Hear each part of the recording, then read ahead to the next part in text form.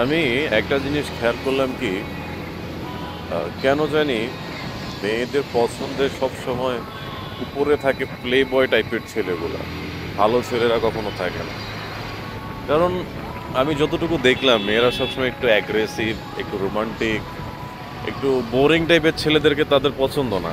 যেসব ভালো ছেলেরাই সবসময় বোরিং হয়, এই জিনিসটা আমি জানি। তো মেয়েদের পছন্দগুলো সবসময় গাঁজাখোর, বাটপার, মানে প্লে বয়, যার একাধিক রিলেশনশিপ থাকে, তাদেরকেই কেন পছন্দ। বা তাদেরকে পছন্দ হওয়ার রিজনগুলো থাকে অনেক, যে আসলে প্লে বয় হরে করে কি, তারা অনেক রোমান্টিক কথাবার্তা বলে, একটা মেয়েকে ওই জায়গাটা দিয়ে দেয় যে হ্যাঁ তুমি আমার সব কিছুর উপরে আছো, তুমি আমার লাইফে সব কিছু।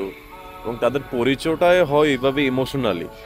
এখন একটা ভালো ছেলের কাছে যখন আপনি যাবেন, বেচারারা যদি আপনি কিছু বলেন, হ্যাঁ সে আপনার কথায় কথায় মুখ লড়াবে, হ্যাঁ তুমি যা বলছো ঠিক আছে, তুমি যা বলছো ইয়ে করছে। এখন প্লে বয় জানে কি, প্লে বয় জানে যে রিলেশনশিপ একটা মেয়েকে পটানোটা কিভাবে করা লাগে এবং কতটা সহজ।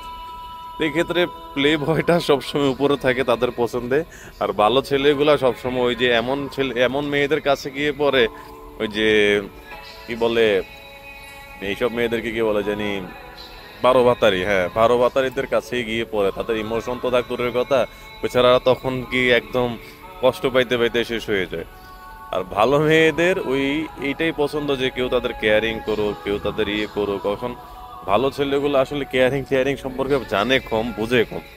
এটা আসলে আপনি যা বলবেন তাতেই হ্যাঁ, যা বলবেন তাতেই না, এই হচ্ছে আর কি কাহিনী।